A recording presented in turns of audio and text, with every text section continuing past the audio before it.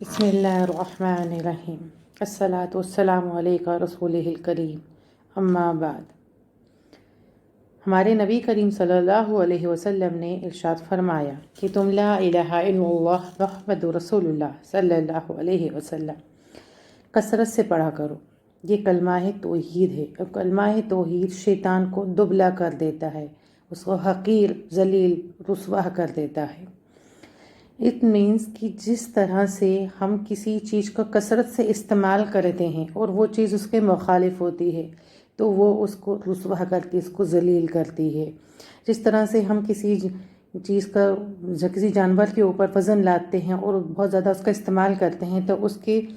زیادہ استعمال سے وہ دبلا ہو جاتا ہے۔ اسی طرح کلمہ توحید جب ایمان والا بندہ، ایک ایمان والا مسلم مومن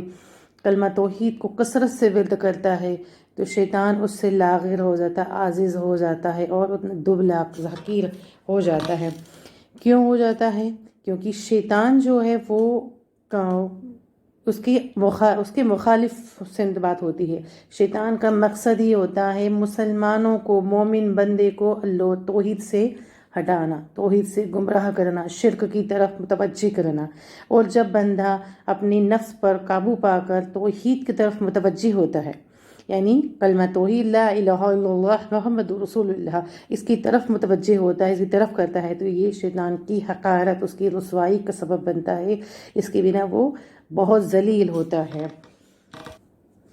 اور کلمہ توحید جو ہے وہ صرف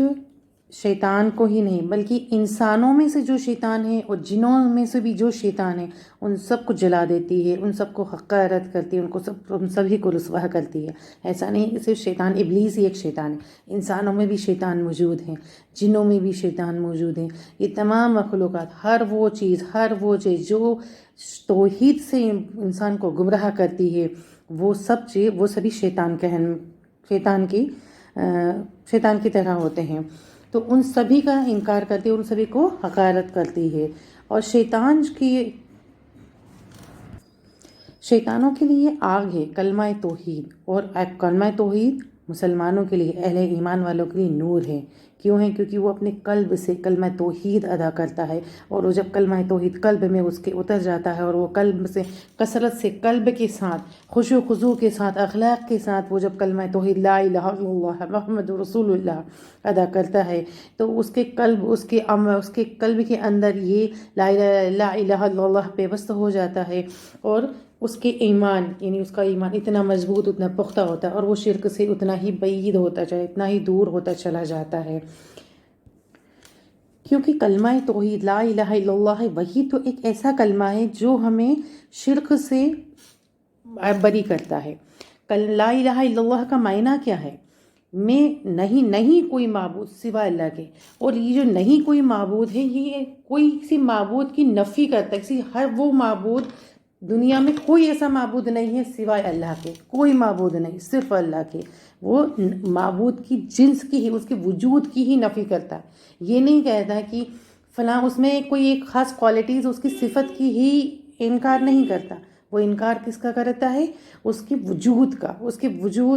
کوئی معبود کے وجود کا ہی انکار کر رہا ہے۔ لا الہ الا اللہ محمد رسول اللہ، اس کے وجود کا انکار کیا جاتا ہے یہاں پر۔ تو وہ وجود کا جب ہم انکار کرتے ہیں تو ہم اس پر ایک سیکنڈ کل ہم یہ بھی بات کرتے ہیں الا اللہ کہہ کر کہ اللہ کے سوا کوئی اور معبود ہے ہی نہیں۔ تو اب جب کوئی اور معبود نہیں ہے تو بندہ کسی اور کی طرف متوجہ ہوگا ہی نہیں، اپنی حاجت، اپنی تکلیف، اپنی پریشانیاں، اپنی ہر حال میں اللہ کی طرف ہی متوجہ ہوگا، اور کسی اور کے سامنے پیش نہیں ہوگا، کیونکہ وہ جانتا ہے کہ ہر چیز کا خالق اور مالک صرف خدا تعالیٰ واحد،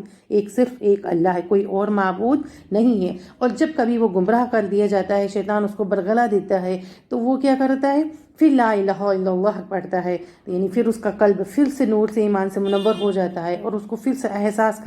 اس کا دل پھر سے احساس کرتا ہے کہ نہیں، میں نے یہ غلط کیا، کوئی شرک کر دیا، یا میں نے کسی اور سے کسی مخلوق سے متوقع کر لیا۔ غیر سے کسی متوقع کر لیا میں کیا معنی ہوتا ہے اس کا؟ اٹ مینس کہ ہم جب ہمارے عموماً دنیا میں ہمارا طریقہ کار ہوتا ہے ہمارا کہ ہمیں کوئی حاجت کوئی ہوتی ہے اور ہمیں لگتا ہے کہ یہ اس کو پورا کر سکتا ہے، پھر چاہے وہ کوئی بھی ہو. ایک مجھے جاب کی ضرورت ہوتی ہے تو ہم کیا کرتے ہیں کہ فلاں انسان ہمیں جاب دے سکتا ہے تو ہم اس کی چاپلوسی کرتے ہیں یا اس کی بٹرنگ اس کی پالشنگ کرتے ہیں, اس کے ساتھ سامنے ریکویسٹ کرتے ہیں, اور دل میں کہیں نہ کہیں یہ اعتماد یقین آ جاتا ہے کہ یہ مجھے جاب دے سکتا ہے یا جاب دلوا سکتا ہے, یا اس ذریعے کے میں سے میرا رزق حاصل مجھے ہو سکتا ہے, اس ذریعے سے میری نوکری لگ سکتی ہے, اس ذریعے سے میرا فلاں کام ہو سکتا ہے, یا یہ فلاں بندہ ہے جو مجھے ان پریشانیوں سے نجات دے سکتا ہے. تو کہیں نہ کہیں شرک کے مادے میں آتے ہیں, یعنی ہم نے اللہ کے ساتھ کسی کو شریک کر دیا. کیسے شریک کر دیا؟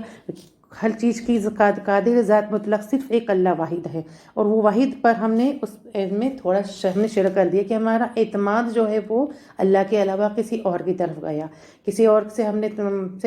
نے امید کر لی, ایکسپیکٹیشنز کر لیا کہ فلاں شخص ہے وہ میری جاب لگوا سکتا ہے, اور اس سے میری جاب جب لگ جائے گی تو میرا رزق آمدنی میری شروع ہوگی, اور میرا حالات پریشانیاں دور ہو جائیں گی, یا میرا کوئی اور مسئلہ ہے تو وہ ٹھیک ہو جائے گا. یا ویسے ایک بیماری جب انسان کو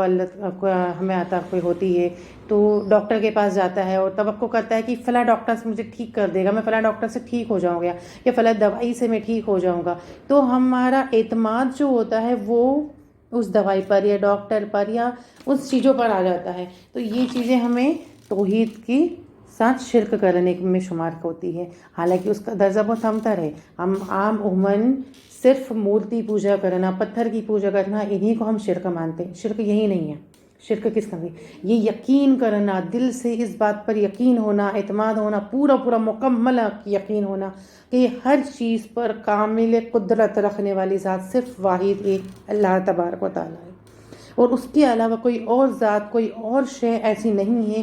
جو اس چیز کو مکمل قدرت رکھتی ہے. نہیں, ہمیں عارضی انسانوں کو عارضی طور پر قدرت کچھ حاصل ہوتی ہے. جیسے ایک طبیب کو, ایک ڈاکٹر کو عارضی طور پر کچھ قدرت حاصل ہے کہ اس کو ایسا علم ہنر آتا ہے کہ اس ہنر کے ذریعے سے وہ کسی مریض کو شفا یاب کر سکتا ہے. لیکن یہ بھی اس کا اپنا کچھ نہیں ہے, کوئی عمل نہیں, کوئی فعل نہیں. وہ عمل بھی اس کا تب کارگر ہوگا, تب اثر کرتا ہے جب خدا کا حکم ہوتا ہے. کیونکہ ایک ڈاکٹر سے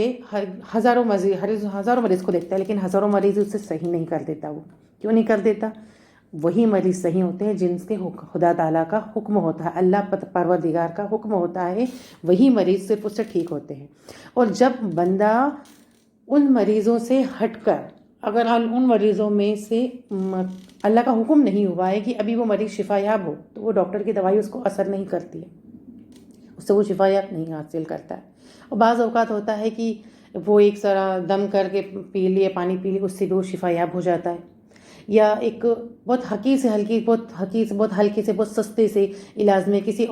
نارمل سی بات میں وہ سے ٹھیک ہو جاتا ہے, یا خود بخود آٹومیٹک ٹھیک ہو جاتا ہے. اور وہیں وہ کسی مہنگا سے مہنگا علاج کرا دیتا ہے باہر بڑی سے بڑی کنٹریز, فورن کنٹریز میں جا کر بڑے سے بڑے شہروں اسپتالوں میں بڑے سے بڑے ڈاکٹرز کو دکھا کر لاکھوں کروڑوں روپے خرچ کر بھی وہ شفا یاب نہیں ہوتا. کیوں نہیں ہوتا؟ کیونکہ اس میں حکم الہی نہیں ہوتا. اللہ کی قدرت اس میں ابھی, اور جو قدرت پاک واحد ذات خدا کی ہے, ابھی اس کا حکم نہیں ہوا کہ تم اس بیماری سے نجات پاؤ. جب ہم اس چیز پر اعتماد کر لیں گے کہ خدا کی ذات کے علاوہ کوئی اور ذات شفا دینے والی نہیں ہے, تو پھر ہمارا مکمل اعتماد توحید پر ہم کہیں گے. پھر ہم کہہ سکتے ہیں ثابت قدم ہے, ہم کہہ سکتے ہیں کہ ہم توحید پر ثابت قدم ہیں, ہمارا توحید پر اعتماد ہے. اور جہاں ہم نے کیا کہ نہیں میں فلاں میرا اس دوائی سے ٹھیک نہیں ہو رہا, میں دوسرے ڈاکٹر کو دکھاؤں گا, دوسرے سے نہیں ہوا تیسرے کو دکھاؤں گا, نہیں ہوا اس میں آپریشن کروائیں گے, ہم یہ کریں گے وہ کریں گے. ان سب سے کیا ہوتا ہے؟ ہمارا ایمان کہیں نہ کہیں اللہ سے ہٹ کر ان مخلوقات کی طرف جاتا ہے, ان اشیاؤں کی طرف, ان چیزوں کی طرف, ان سبب کی طرف جاتا ہے کہ اس سبب سے مجھے شفا یاب مل جائے گی. جبکہ ہم یہ یقین کریں کہ شفا مجھے صرف اللہ کی ذات دے گی. اسی طرح اور تمام معاملات میں, ہماری روزی روٹی میں, ہمارے رزق میں, ہمارے آل و اولاد میں, کسی بھی دکھ مصیبت پریشانی میں, غم مبتلا ہونے میں, جب ہم ہر چیز پر قادر مطلق ذات اللہ پر اگر اعتماد کریں, اسی پر یقین کریں, اور یہ اعتبار کریں, یہ یقین کر لیں پختہ طور پر کہ ہر چیز سے مجھے اگر کسی پریشانی میں مبتلا ہوئے ہیں تو وہ مبتلا سے, اس پریشانی سے, اس بیماری سے, اس مبتلا میں سے نجات دینے والا مجھے صرف خدا ایک واحد ہے, کوئی اور ذات نہیں ہے، جب ہمارا یک کامل مکمل یقین ہوتا ہے تو ہم وہ توحید پر پختہ ہیں، ہمارا یقین پختہ ہے، ہمارا ایمان پختہ ہے، اور توحید ہی ہمارا ایمان ہے، ہم اسی پر ایمان لاتے ہیں، لا الہ الا اللہ محمد رسول اللہ، ایک مسلمان کا ایمان اسی پر ہے، یہ کلمہ ہماری ایمان کا ہمارا جز ہے، بیسک جز، بیسک بنیاد ہے، اور جب یہ کمزور ہے تو پھر آگے کی تو سوال ہی نہیں اٹھتا، یہ ہماری بیسک نیو ہے، جب نیو کمزور ہوگی تو عمارت کا تو تصور بھی نہیں کیا سکتا کہ وہ اسٹرانگ ہو سکتی ہے، تو اس لیے بیسک ہمیں کس پہ محنت کرنی ہے، ہمارے ایمان کو درست کرنے کی، ہماری اصلاح درست، ہماری ایمان کی اصلاح کرنے کی، اور وہ اصلاح کیسے ہوگی؟ ہم اپنے ایمان کو پختہ کریں گے اور ان سے شرک کے تمام طریقوں سے ہم نجات چھٹکارا پائیں گے۔ ایک بہت بیسک سے چھوٹی سی مثال میں آپ کے سامنے پیش کرتی ہوں کہ ہم عموماً ہمارا یہ یقین ہوتا ہمارا کہ میرا سر درد ہو رہا ہے، مجھے سستی آ رہی ہے، مجھے تو میں چائے پی لوں گی تو میں فریش ہو جاؤں گی، لیکن ہمیں وہ چائے فریشنس نہیں دیتی ہے، حکم خدا ہوتا ہے تو ہمیں فریشنس ہوتی ہے، ادروائز کسی کو چائے سے وہ نقصان بھی ہو جاتا ہے، کسی کو ایسیڈیٹی ہو جاتی ہے، کسی کوئی اور مرض میں مبتلا ہو جاتا ہے، الگ طریقے کسی کی نیند اڑ جاتی ہے، کسی کو پھر رات میں نیند نہیں آتی ہے، یا مختلف قسم کی اور کئی طرح کی بیماریاں اس کو پیدا ہو جاتی ہے، تو وہی چیز ہمیں جو فائدہ دیتی ہے وہ بحکم خدا سے، اور وہی چیز ہمیں نقصان دے رہی ہے وہ بھی بحکم خدا، تو ہمارا اعتماد اگر خدا پر ہوگا تو وہ ہمارے لیے فائدہ مند ہے، اور ہمارے لیے وہ دنیا اور آخرت دونوں جہان کا ہمارے سبب بنے گی، کہ کیونکہ یہی ہمارا جو ہمارے یقین ہے، ہمارا اعتماد ہے، صرف ہمارے یہی ہمارا اسی پر دار و مدار ہمارا وہی رہے گا، اور اس پر ہی بنا پر ہم عمل رہیں گے، اور یہی ہمارے دنیا اور آخرت کا سبب ہے۔ اور اگر ہم نے اس چیز کو اعتماد کر لیا کہ نہیں ہمارا فلاں سبب چائے سے میرا سر درد ٹھیک ہو جائے گا، فلاں انسان میری جاب لگوا سکتا ہے، فلاں انسان میری فلاں دکھ مصیبت سے نجات دے سکتا ہے، تو یہ چیزیں جب تک اعتماد ہمارا رہے گا ہمارا ایمان اتنا ہی کمزور رہے گا۔ یا پھر اگر کسی نے مجھے کوئی تکلیف پہنچائے تو ہم پرٹیکولر اس مخصوص اس شے سے، اس انسان سے، اس ذات سے نفرت کرنے لگتے ہیں، اس کو برا کہنے لگتے ہیں کہ اس انسان نے مجھے تکلیف پہنچائی، اس کی وجہ سے میرا برا ہوا، میرا نقصان ہوا، یا میرا ایکسیڈنٹ ہوا، یا سم تھنگ کچھ بھی، کسی بھی طریقے سے اس نے مجھ سے میرا برا کیا، میری غیبت ہی کی، میرے ساتھ کچھ بھی برا کیا۔ نہیں، ہم یہ یقین کریں، ہم یہ اعتماد کریں، میرے رب چاہتا تھا کہ میرے ساتھ فلاں برا ہو، میری غیبت کی جائے، میرا ساتھ برا معاملہ کیا جائے، میرا کوئی ساتھ کوئی پریشانی میں مبتلا ہوں، یا میری پٹائی ہو جائے، یا پھر میرا کوئی ایکسیڈنٹ ہو جائے، جب یہ کوئی بھی مسئلہ میرے ساتھ پیش آیا تو کسی انسان وہ صرف ایک ذریعہ بنتا ہے، اس ذریعے کو ہم اصل ٹارگٹ مان کر اس سے نفرت کرنے لگتے ہیں، اگر اس سے ہم ہٹ کر صرف یہ مانیں کہ یہ میرے خدا کی مرضی تھی، میرے خدا کا حکم تھا، اس لیے مجھ تک یہ تکلیف پہنچی، پھر وہ چاہے ذلت کی ہو، رسوائی کی ہو، یا ہماری دکھ مصیبت ہم پر پہنچنے کی ہو، یا کوئی بیماری ہم پر لگنے کی ہو، یا ہمارا ایکسیڈنٹ ہی ہونے کی ہو، تو ہم جب اس چیز کو اعتماد کر لیں گے کہ یہ میرے خدا کے حکم سے ہوا ہے، تو میں اس انسان سے بھی ہم نفرت نہیں کریں گے، اور اس کا دوسرا فائدہ بھی پتہ ہے کیا ہوگا، کہ وہ بندہ ہم اس سے نفرت کرنے لگتے ہیں، اس کو برا بھلا بولنے لگتے ہیں، تو اس کے دل میں بھی ہمارے لیے برائی آتی، اور ہم معاشرے میں ایک برائی کا پیغام بھیج دیتے ہیں، نفرت کا میسج دنیا میں پھیلا دیتے ہیں، جانے انجانے میں ہی پھیلا دیتے ہیں، لیکن وہیں اس کے اپوزٹ اگر ہم اس کو خدا کی طرف رجوع کرتے ہیں، خدا کی طرف متوجہ ہو کر کہتے ہیں کہ نہیں، مجھ پر اگر کوئی مصیبت بھی آئی ہے، چاہے فلاں کی کسی کو انسان ذریعہ بنا، اس ذریعے کو چھوڑ دیں، ہوا تو خدا کے حکم سے ہی نا، تو خدا نے اگر اس کے حکم سے ہوا ہے اور میں خدا کی رضا پہ راضی ہوں، کیونکہ ہوتا وہی جو میرا خدا چاہتا ہے، خدا کی مرضی کے بنا بندے کی اپنی کوئی مرضی نہیں، اپنی کوئی استطاعت نہیں، وہ نہ کچھ کر سکتا ہے، کچھ بھی اس کی اپنی استطاعت نہیں، وہ نہیں کر سکتا ہے، تو کیا چاہیے ہمیں کہ ہم اس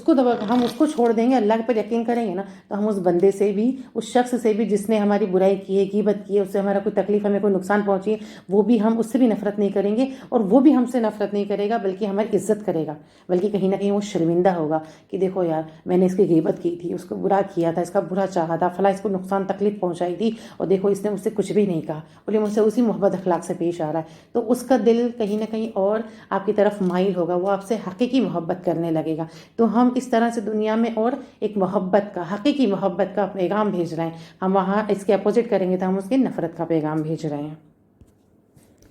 اور اسی کے ساتھ ہی ہم اس کلمہ کا ورد اور اپنے ایمان کی اس اصلاح کو اپنے قول کے ساتھ ساتھ ہم اپنے فعل سے بھی اور اپنے اخلاص کے ساتھ اپنی اس کی پیورٹی کے ساتھ مخلص ہو کر جب ہم یہ عمل کریں گے، یعنی ہم جب کلمہ کی توحید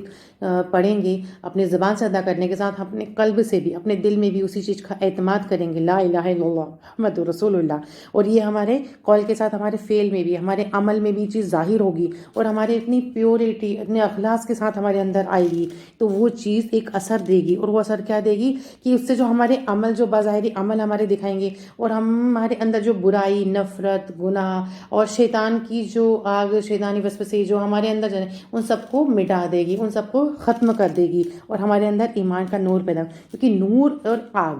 شیطان آگ سے بنا ہوا ہے۔ جب ہمارے دل میں شیطانی وسوسہ پیدا ہوتا ہے تو ہمارے اندر ایک آگ سے صفت پیدا ہوتی ہے۔ تو ہم نے کئی بار محسوس کیا ہوگا جب ہمیں شیطانی وسوسہ ڈالتا ہے تو ہمیں کیا ہوتا ہے؟ غصہ آتا ہے، اور غصہ کس سے آتا ہے؟ شیطان دلاتا ہے، وہ آگ سے بنا ہے، تو ہمارے اندر غصہ ایک آگ پیدا ہے، ہمارے اندر جسم میں ایک آگ ہے، اور وہ آگ شیطان نے، تو ہم جب اس آگ کو بجھائیں گے کس سے؟ اپنے ایمان کے نور سے۔ جب ہم اپنے قول فعل میں اپنے عمل میں اس میں اخلاص، پیورٹی جب لے کر آئیں گے تو وہ آگ کو بھی ختم کر دے گا اور ہمارے دل کو، ایمان کو نور سے منور کر دے گا، اور ہمارا دل مکمل طور پر ایمان سے بھر جائے گا۔ اور پھر اس کا دوسرا فائدہ کیا ہوگا؟ یہ ہم منافقت سے بچیں گے۔ منافقت کیا ہوتی ہے؟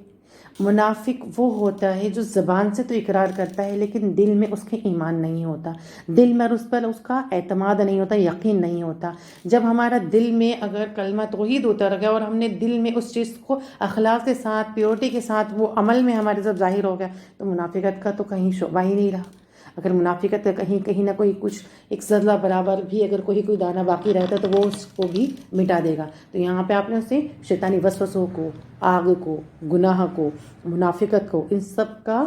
صفایا کر دیا، اور یعنی اٹ مینس اپنے دل کو اس سے، ان سب سے پاک کر لیا، اور ہمارا جب دل گناہوں سے، منافقت سے، شر سے، برائی سے، شیطان کے بھڑکانے وسوسوں سے، اور اس کی ہمارے دل میں جو نفرت، غصے کی آگ سے، برائی کی آگ سے، شکوہ شکایت، یہ برا وہ برا، ایسا ویسا، جب ان کی آگ ہمارے دل سے جب ختم ہو جاتی ہے تو دل کو ایک بہت سکون، بہت اطمینان بھی عطا ہوتا ہے، اور دل ہمارا بہت مطمئن ہوتا ہے، بہت ریلیکس ہم اس چیز کو محسوس کرتے ہیں۔ اور ہمارا کیوں کرتے ہیں؟ کیونکہ ہمارے دل سے تمام برائی شر نکل چکی ہوتی ہے اور دل میں ایمان کا نور بس چکا ہوتا ہے، پیوست ہو چکا ہوتا ہے، اور جب ایمان کا نور پیوست ہو جاتا ہے تو اللہ رحمت، اللہ رب العزت اس کی خاص طور پر بہت مخصوص رحمت اس کے بندے کے اوپر نازل ہوتی ہے، اور وہ اپنی تجلیات، نور تجلی اس بندے کے اوپر ڈالتا ہے، اور اس کے دل کو اور منور کر دیتا ہے۔ جو بھی کچھ اس کے اندر کچھ اور دوسری قسم کی کوئی اور بھی برائی موجود تھی، کچھ اور بھی اس کے اندر کچھ جو بھی دل کے اندر جو بھی برائی تھی، وہ سب کچھ اللہ تعالیٰ اپنی نور سے، اپنے تجلیات سے اس کو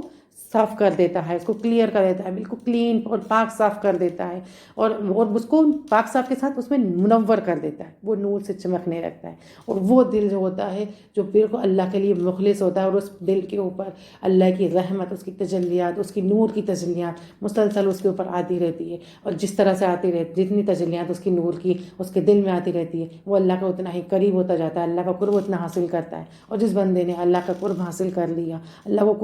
کا قرب جس بندے کو عطا ہو گیا، جس بندے کے اوپر اللہ کی رحمت اس کی نازل ہو رہی ہے، اس کا نور، اللہ کا نور اس بندے کے اوپر نازل ہوتا ہے، پھر اس کے کیا کہنے ہیں، اس کی تو کیا دنیا اور کیا ہے آخرت۔ الحمدللہ، ماشاءاللہ، سبحان اللہ کی اس کی دنیا اور آخرت کتنی ہی عمدہ ہوگی، کتنی ہی عمدہ ہوگی، الحمدللہ۔ اللہ پاک ہمیں عمل کی توفیق عطا فرمائے، آمین یا رب العالمین۔